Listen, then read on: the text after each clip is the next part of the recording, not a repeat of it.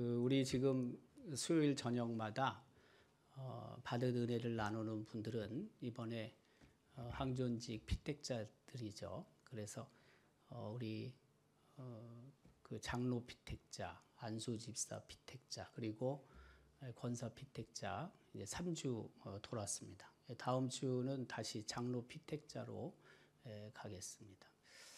뭐 여러분이 이미 다 알지만은 그래도 또 뭐 그분의 삶을 일생을 우리가 어떻게 알겠어요. 또 하나님께서 고비고비마다 변곡점을 주셨잖아요.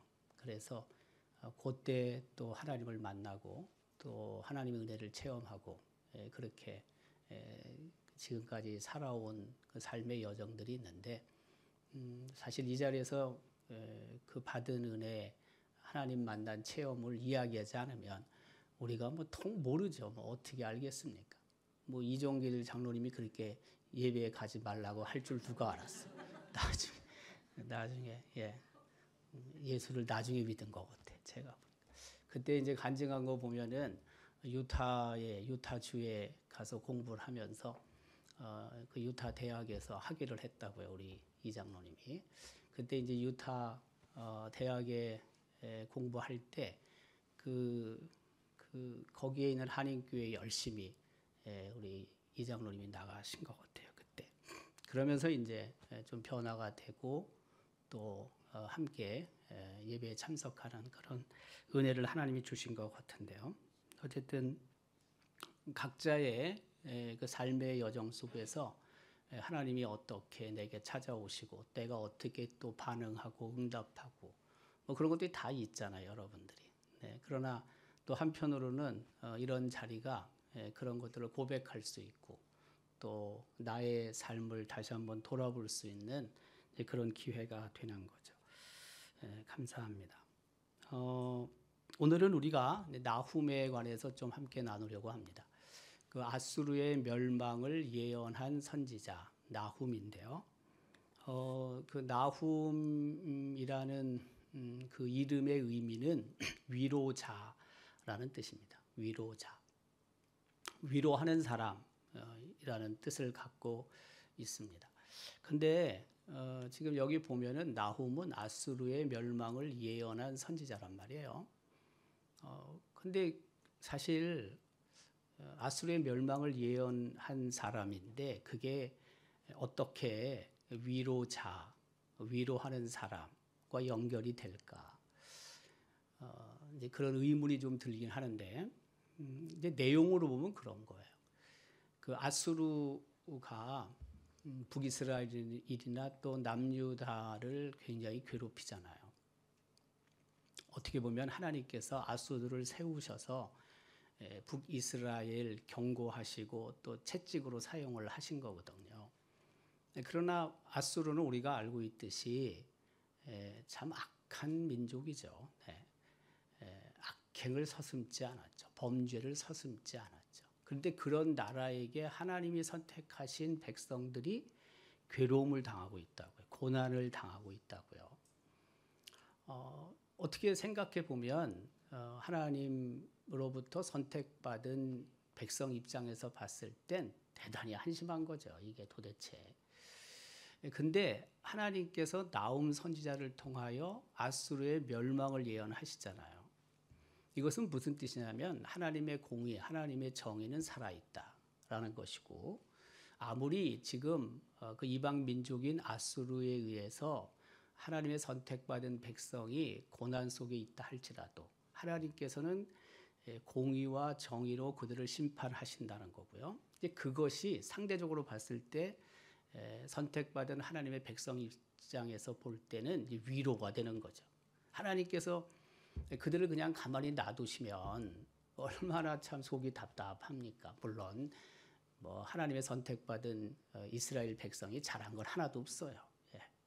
그 이방 민족으로부터 그런 환난을 당하고 침입을 받고 또 멸망까지 당하잖아요. 북이스라엘 아수르에게. 뭐 이게 잘한 건 하나도 없는데 그러나 그럼에도 불구하고 하나님의 백성 입장에서 봤을 땐 굉장히 참 그 마음이 무너져 버리잖아요. 그들이 계속해서 번성하면은 어떻게 되겠어요? 네, 그러니까 하나님께서 그들의 멸망을 예언케 하시고 결국에 멸망당하죠. 그걸 통해서 남유다 입장에서 봤을 땐 좀 위로가 되는 거죠. 아, 하나님께서는 살아계시는구나. 하나님은 정말 공의로운 분이시구나. 뭐 자기들이 당한 것은 당한 거지만 자신들이 죄를 통해서 죄악을 통해서 그렇게 어려운 환경에 처한 것은 어쩔 수 없는 일이긴 하지만 그럼에도 불구하고 공의의 하나님은 분명히 그 악한 민족, 악한 백성, 악한 사람을 심판하신다. 이것을 확인할 수 있고 그것이 좀 위로가 된다.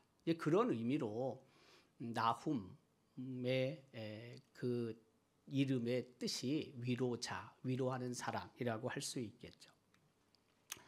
그 나훔이 예언한 시기는 뭐 학자들마다 조금씩 다른데 주전 633년부터 612년까지로 보통 생각을 합니다. 당시에 동시대에 활동했던 선지자는 예레미야 선지자, 하박국 선지자, 스바냐 선지자 등으로 보통 알려져 있습니다. 조시대가 어떤 시대냐면은 그 아수르가 여전히 국제적인 그런 환경 속에서 굉장히 강력한 나라이긴 한데 그러나 이제 점점 이렇게 그 쇠잔해지는 그런 상황에 있었고요. 그리고 이제 새로운 신흥 강국이 떠오르고 있는 거죠. 그게 바로 바벨론인데 바벨론과 메대가 연합을 해서 결국엔 아수르를 멸망시키게 되죠. 그러니까 하나님께서 아수르를 통해서 그 하나님의 백성 북이스라엘을 멸망시켰고 왜냐하면 주전 722년도에 멸망을 당했으니까 북이스라엘이 그리고 이제 남유다까지도 어려운 입장에 처했었는데 그 아수르가 영원히 계속되는 건 아니에요. 하나님께서 바벨론을 통하여 어쨌든 그 나라를 멸망시키는 그런 상황에 이제 처하게 되는 거죠. 그런 시대 속에 있다고 생각하면 됩니다. 출신 지역은 엘고스라는 곳인데 니느웨 북방 50km 떨어져 있다. 엘고스라는 곳이 그렇게 말하는 사람도 있는데 정확하게 엘고스 그곳이 어딘지는 잘 사실 몰라요. 근데 나훔 1장 1절에는 분명히 나훔이 엘고스 사람이라는 걸 말을 하고 있죠. 엘고스 사람 나훔의 묵시의 글이다. 근데 엘고스라는 그 지명은 알겠는데 그것이 정확하게 어딘지는 모른다. 근데 학자들 중에는 아수르의 수도인 니느웨 북방 50km쯤 지점으로 말하는 사람도 있다. 그렇게 이해하면 될 것 같아요. 예언 대상은 나훔의 아수르의 수도 니느웨. 수도가 멸망하면은 국가가 망하는 거잖아요. 그러니까 사실은 이제 아수르의 멸망에 대해서 예언을 했다는 거고요. 앞서 그 언급한 것처럼 나훔 1장 1절의 앞에 보면 처음 시작은 이래요. 니느웨에 대한 경고, 곧 엘고스 사람 나훔의 묵시의 글이다. 그러니까 니느웨를 향해서 그 멸망을 예언한 것은 분명한 거예요. 왜냐하면 나훔 1장 1절에서 이것을 명확하게 하고 있거든요. 지금 우리가 이 아수르의 영토를 보면 그래요. 지금 저 빨간 부분이 아수르가 최대 갖고 있었던 소유했던 그 영토를 말하는데요. 굉장히 크죠. 뭐 지금 우리가 생각하고 있는 그 가나안 땅은 극히 일부라고 볼 수 있죠. 네. 그러니까 메소포타미아 그 문명 뭐 유프라테스 티그리스강 거긴 이미 다 먹은 거고 그다음에 우측 밑에 보면 이제 바벨론 조그맣게 있는 거고 근데 저게 이제 커져가지고 북쪽에 있는 메대와 연합해서 아수르를 무너뜨리는 거거든요. 뭐 지금 북이스라엘 위쪽에 아람, 시리아 뭐 이것도 다 그 아수르 그 영역 안에 포함되는 거니까 영토 안에 굉장히 강력했던 나라라고 할 수가 있습니다. 근데 우리가 알고 있지만 그 요나도 아수르에 관해서 예언한 적이 있잖아요. 근데 요나는 멸망을 선포하지는 않아요. 멸망을 예언하진 않아요. 요나는 아수르의 니느웨의 회개를 선포해요. 달라요. 그러니까 나훔은 멸망을 선포하고 요나는 회개를 선포합니다. 그러니까 하나님께서 1차적으로 기회를 주시는 거죠. 아수르에게, 니느웨에게. 그냥 하나님께서 뭐 그런 어떤 사인이나 그런 회개의 기회 없이 무조건 멸망시키지는 않으신다. 우리가 잘 알지만은 북이스라엘도 그렇고 남유다도 그렇고 멸망당할 때 하나님께서 여러 번 경고를 하시는 거죠. 사인을 하시죠. 거기서 그 사인을 잘 눈치채고 그리고 회개를 하면 하나님께서 용서하시지만 그러나 끝까지 그 사인을 무시하고 경고를 무시하면 하나님께서 멸망시키는 거 아닙니까? 그러니까 남유다도 그렇고 북이스라엘도 똑같아요. 지금 니느웨도 사실은 그래요. 니느웨는 아수르는 이방 민족임에도 불구하고 하나님께서 요나를 통해 회개를 선포하게 하셨고 그리고 1차적으로 그들이 회개하거든요. 그래서 어때요? 그들이 그 하나님의 그 용서를 통하여 재앙이 멈추게 되는 거거든요. 이방 민족인 아수르가. 자, 우리가 알고 있지만 그 요나가 이제 그 순종을 하게 되는데 우리가 알고 있지만 1장 2절은 그래요. 너는 일어나 저 큰 성읍 니느웨로 가서 그것을 향하여 외치라. 그 악독이 내 앞에 상달되었음이니라 하시니라. 하나님께서 니느웨로 가서 요나로 하여금 회개를 선포하게 하시는데 처음에는 불순종하잖아요. 불순종하지만 그가 어려움에 처하게 되고 그렇죠? 네. 그리고는 다음에 이제 가게 되는 거죠. 그래서 요나 3장 3절에 보면은 그 앞에는 그가 도망가다가 그 바닷속에 던져지고 물고기 뱃속에 들어가서 하나님 앞에 회개하게 되고 그리고 다시 살아나게 되고 그리고 다시 하나님께서 말씀하셨을 때에 그가 순종함으로 가게 되는 거죠. 뭐 이 지도도 이전에 우리가 한번 봤지만은 우측에 지금 출발하는 빨간 선 출발하는 그곳이 이제 가나안 땅이라고 할 수 있고 예루살렘이 되는 거고 지중해를 통해서 스페인 오늘로 말하면 스페인 다시스로 이제 가게 되는 거죠. 근데 뭐 다시스까지 갔다고 볼 수는 없고 중간에서 그런 일이 벌어졌으니까 지중해 어느 쯤에서 바다에 던져졌는지는 잘 모르지만 어쨌든 뭐 끝까지 간 것 같지는 않은데 어쨌든 그래서 다시 돌아와서 이제 저 위에 북쪽에 있는 니느웨로 가게 되는 거죠. 그리고 선포를 하게 되는 거고 그렇잖아요. 그리고 이제 회개를 하게 되는 거예요. 그러니까 아수르의 수도인 니느웨에 요나가 찾아갔고 그리고 용기 있게 회개를 선포했고 그리고 그 니느웨에 거하고 있었던 백성들과 왕이 회개하게 됐고 그 결과 하나님께서 재앙을 거두시게 된 거죠. 그 하나님께서는 우리가 저 내용을 통해서 알 수 있는 게 뭐냐면 하나님이 선택하신 백성만 하나님께서 뭐 은혜를 베푸시고 혹은 뭐 심판하시고 뭐 그러신 분은 아니에요. 하나님이 이 우주를 만드신 분이시기 때문에 하나님은 모든 민족, 모든 백성을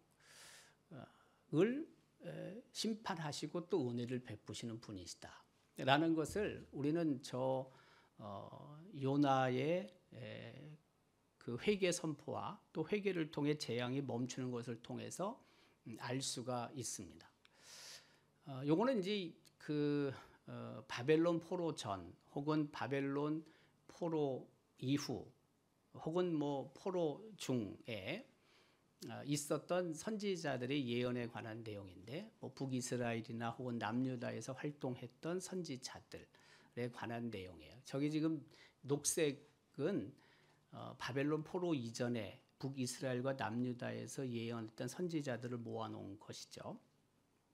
그리고 이제 포로 시기에 예언했던 선지자들은 이제 빨간색이죠. 빨간색. 글씨가 잘 안 보이긴 해도 그 우측의 중앙쯤에 있는 에스겔 그리고 다니엘, 이건 이제 바벨론 포로 중에 있었던 예언자라고 할 수 있고요.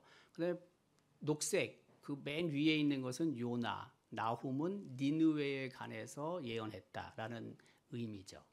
근데 요나는 나훔보다 이 시간적으로 봤을 때 그렇게 최장으로 보면, 정확하게 언제인지는 모르니까 최장으로 보면은 한 170년 어간도 될 수 있어요. 그러니까 나홈보다 요나가 그 니느웨에 관해서 회개를 선포한 것은 가장 길게 보면 한 170년, 짧게 보면은 한 뭐 110년, 20년 정도까지도 볼 수 있어요. 뭐 학자들에 따라서는 100년 미만으로 볼 수도 있지만 어쨌든 저 위에 아수르의 멸망 혹은 회개에 대해서 두 사람, 요나와 나훔이 있고요. 그리고 이제 북이스라엘에서는 아모스 그리고 호세아가 있는 것이고, 남유다에서는 바벨론 포로 이전에 활동했던 선지자들이 요엘, 미가, 이사야, 스바냐, 예레미야, 하박국이 되는 거죠. 그다음에 이제 포로 이후, 포로 귀환 이후에 활동했던 선지자는 맨 밑에 있는데 그 푸른색이죠. 네. 그게 학계, 스가랴, 말라기가 되는 것이고, 그 이제 바로 옆에 오바댜가 있는데 오바댜도 녹색이죠. 그러니까 포로 이전에 활동했던 선지자로 생각하면 됩니다. 우리가 대선지서 혹은 소선지서 그 활동했던 선지자들이 있는데 그 선지자들은 다 포로 이전과 포로 이후에 활동했던 선지자로 이해를 하면 되는 거죠. 나훔은 니느웨, 아수르의 멸망을 선포하게 됩니다. 앞서 언급한 것처럼 하나님께서 1차적으로 그 아수르의 회개를 요구하셨고, 그리고 요나가 어쨌든 처음에는 거부했지만 불순종했지만 나중에 가서 선포를 하게 되고, 거기에 살고 있었던 니느웨에 살고 있었던 백성들이 회개하게 되고 왕도 회개하게 되고 뭐 온 신하들이 다 회개했잖아요. 그래서 하나님께서 심판 혹은 멸망을 유보하셨던 거죠. 유보하셨는데 니느웨 땅에 살고 있는 사람들이, 아수르 사람들이 다시 범죄하기 시작했다는 거예요. 한마디로 얘기하면. 그 나홈 1장 12절에 이렇게 기록합니다. 여호와께서 이같이 말씀하시기를 그들이 비록 강하고 많을지라도 반드시 멸절을 당하리니 그가 없어지리라. 내가 전에는 너를 괴롭혔으나 다시는 너를 괴롭히지 아니할 것이다. 그래서 결국에는 바벨론에게 멸망을 당하는 겁니다. 앞서 그 아수르의 영토를 우리가 봤을 때 우측 밑에 바벨론 조그만 나라가 있었는데, 바벨론 그게 이제 저렇게 커지는 거예요. 아수르를 다 먹어버리는 거예요. 아수르가 정복했던 나라들을 바벨론이 다 자기 것으로 만들게 되는 거죠. 그 바벨론에 의해서 남유다는 주전 586년도에 멸망을 당하게 되는 거예요. 근데 니느웨의 범죄를 보면 이래요. 그 3장 1절에 이렇게 기록합니다. 화 있을진저 피의 성이여 그 안에는 거짓이 가득하고 포악이 가득하며 탈취가 떠나지 아니하는도다. 이런 범죄의 모습이 있다고요. 그 멸망의 이유도 이 범죄와 관계가 있어요. 구체적으로 하나님께서 이렇게 그 범죄, 죄의 모습을 적시하시죠. 3장 4절은 그래요.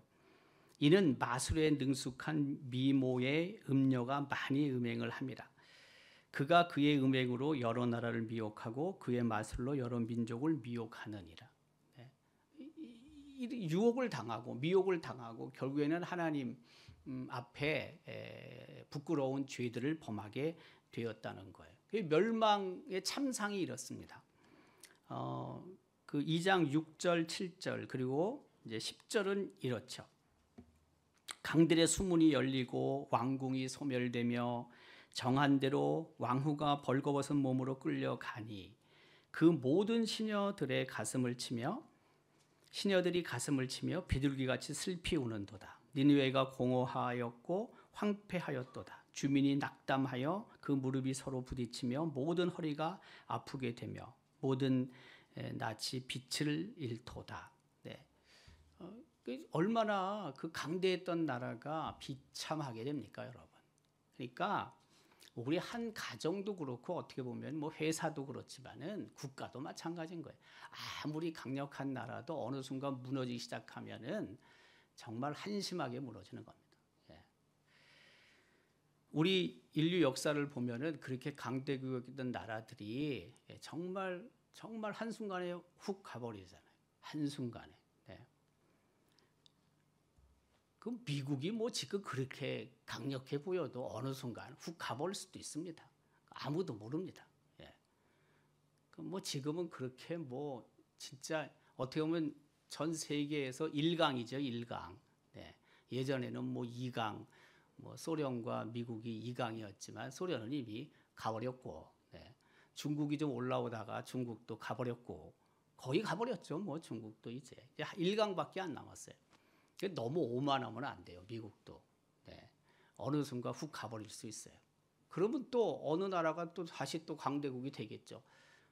우리나라가 강대국이면 좋긴 하겠는데 그건 모르는 거예요. 네.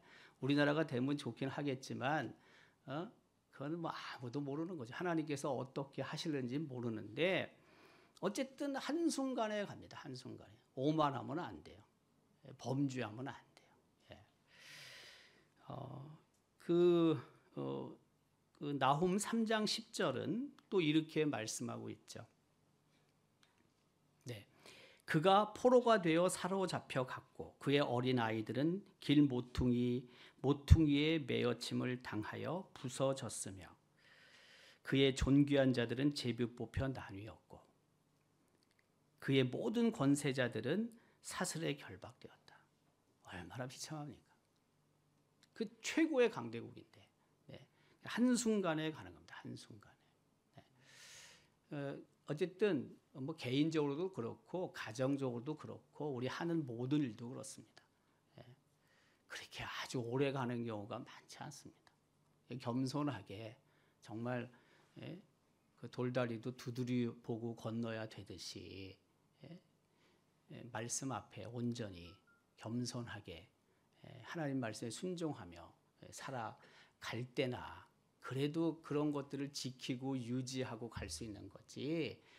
그렇지 않으면은 그냥 한 방에 가버린다. 한 방에.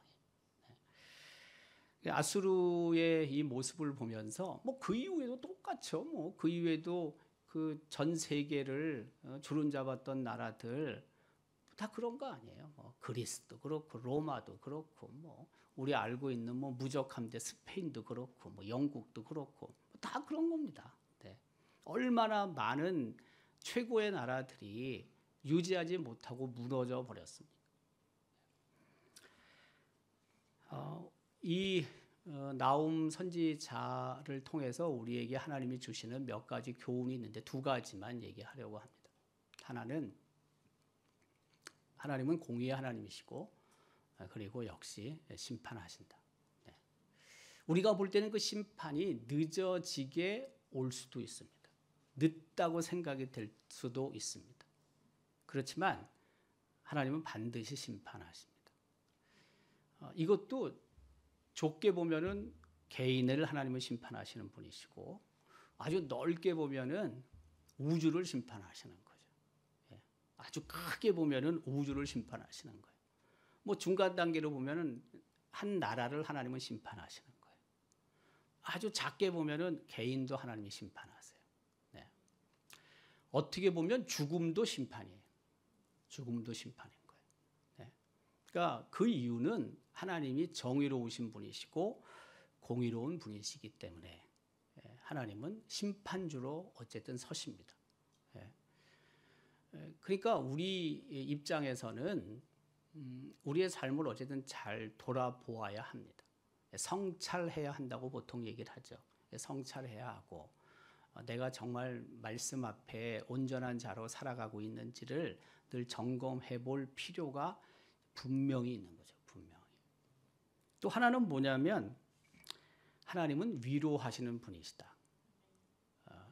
이유는 하나님이 사랑의 하나님이시기 때문에 그렇습니다.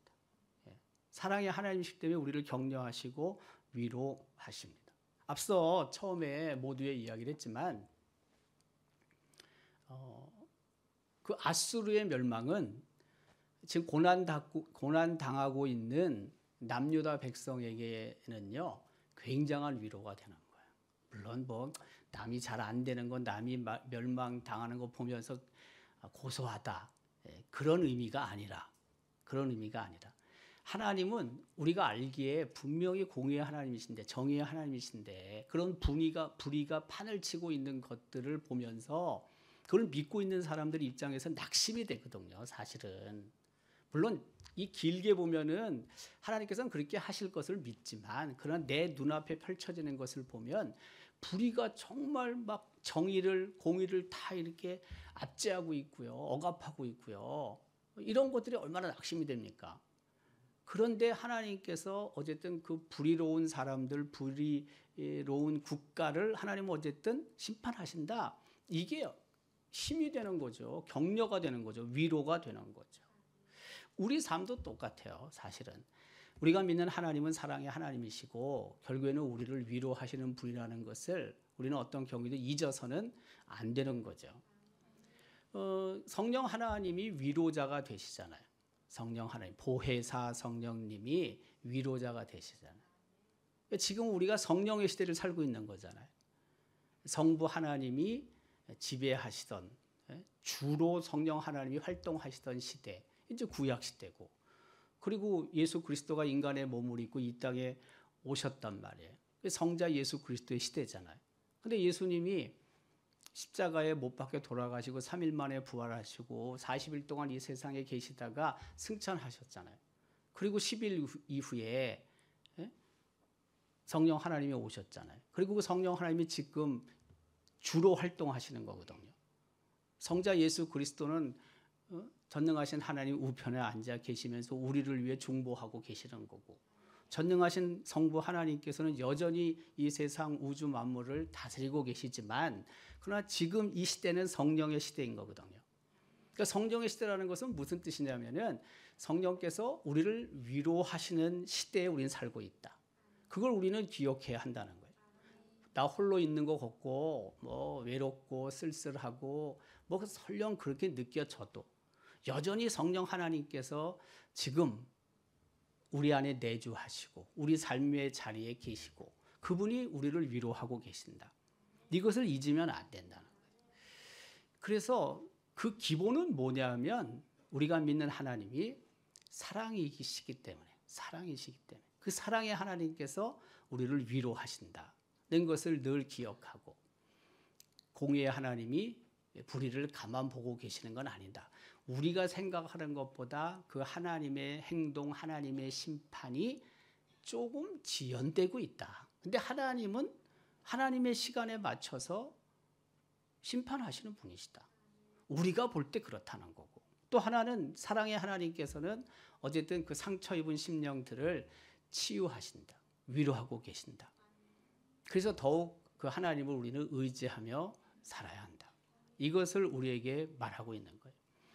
우리를 하나님께서 때때로 그 위로하는 사람으로 살게도 하십니다. 누군가를 위로하게 하시고 그래서 뭐 내가 그만한 역량도 안 되는데 나를 하나님이 사용하셔서 어쨌든지 간에 누군가 위로받게 하시기도 하시지만 그냥 기본적으로 성령께서 지금 그 성령의 시대에 우리가 살고 있기 때문에 성령께서 우리를 위로하시는 거예요. 성령께서.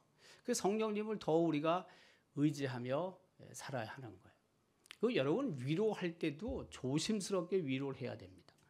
위로할 때, 누군가 위로할 때 없는 말을 막 져서 위로하면 안 됩니다. 그건 거짓말인 거예요. 근데 때때로 없는 말을 막 만들어서 위로한답시고 얘기를 해요. 여러분 한번 손을 얹고 가슴에 한번 손을 얹고 생각해 봐요. 그런 적 있나 없나? 그러면 안 돼요. 그거 거짓말이지 그거는. 그게 무슨 위로예요? 거짓말하는 거지. 그러면 안 돼요.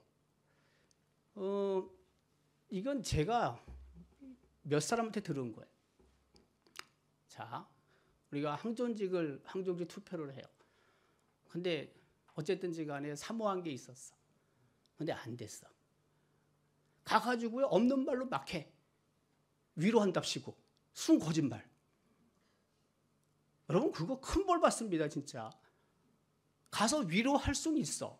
근데 왜 막 거짓말을 막 져가지고 얘기를 해요 왜? 내가 들어봤을 땐 순 거짓말이야. 그 당사자한테 내가 들어봤을 때. 그런 얘기를 왜 합니까? 근데 그 사람도 그걸 거짓말로 알아. 근데 찾아와서 그런 말을 왜 하라는 거야 도대체 자기한테. 하지 말라고요. 가만히 있는 게 최선이야 내가 봤을 때. 속상해 죽겠는데 가가지고 거짓말로 위로한다시고 왜 그런 얘기를 해요? 그건 옳은 게 아니라니까요. 자기가 소화해내야 돼. 어쨌든지 간에 안 된 거는 어떻게 하겠어 그거를. 근데 찾아가가지고 이런 말 저런 말 없는 말을 갖다가 만들어가지고 얘기를 하고 더 화가 나지. 그러니까 그 상대방 입장에서 그 듣고 나서는. 위로하는 건 필요해요. 그러나 그 위로도 그렇게 거짓말로 하면 안 됩니다. 되지도 않는 말로 가지고 막 해가지고 그게 위로가 되겠습니까? 알게 되는데 결국에는. 찾아오지 않으면 좋겠다는 거야 아예. 나한테 그렇게 문자로도 와요. 누가 왔다고 이름을 밝힐 때도 있고 밝히지 않을 때도 있고 그래요. 난 그걸 보면서 얼마나 내가 답답한지 말이야. 예. 그런 일을 하지 말라고요. 기본적으로 성령님께서 위로하세요. 기도하면 돼요. 성령께서 찾아가서 만져서서 위로를 주시기를 기도하면 된다고요. 그럼 내가 찾아가서 위로할 수도 있어요. 근데 그 위로를 거짓말로 하지 말란 말이에요. 하면 안 돼요. 그게 어떻게 해야 됩니까? 그게 어떻게 되겠습니까, 여러분? 그게 더 가슴이 아프지.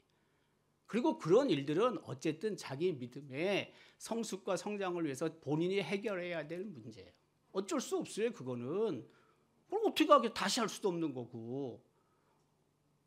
이번에 꼭 될 줄 알았는데 뭘 될 줄 알아요, 도대체. 아닌 거를.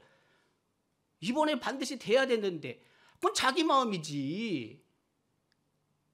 그런 얘기를 안 해야 된다는 걸 내가 얘기하는 거예요. 예, 앞으로도 마찬가지. 앞으로도 하면 안 됩니다. 그냥 조용히 마음에 품고 속히 모든 것들이 다 정상으로 돌아올 수 있도록 기도하는 게 훨씬 나아요. 피차간에 그래야지 상처가 없어요. 그게 오히려 더 큰 위로가 돼요. 저는 그렇게 생각해요. 예, 좋은 말 한답시고 하는데 실제는 가슴을 갖다가 막 그냥 송곳 같은 거로 쿡쿡 찔러고 있는데 그런 일이 있으면 안 되는 거지. 예. 자, 공의의 하나님께서는 심판하신다. 그리고 위로의 하나님께서는 위로주로 오신다. 사랑의 하나님께서는 위로하신다. 그것을 우리가 잘 마음에 품고 오늘날도 똑같이 하나님은 그렇게 하십니다. 우리가 볼 때, 우리가 생각할 때 조금씩 늦어지는 거지. 뭐 딴 거 있어요? 하나님께서 2500년 전, 3500년 전에 하신 거나 지금 행하시는 거나 뭐 달라요? 똑같이 그 하나님이 그 하나님이신데, 변함이 없으신 하나님이신데, 그 하나님을 더욱 신뢰하고 우리의 삶의 자리가 공의의 하나님, 사랑의 하나님으로 충만한 그런 삶이 될 수 있기를 주님의 이름으로 기원합니다.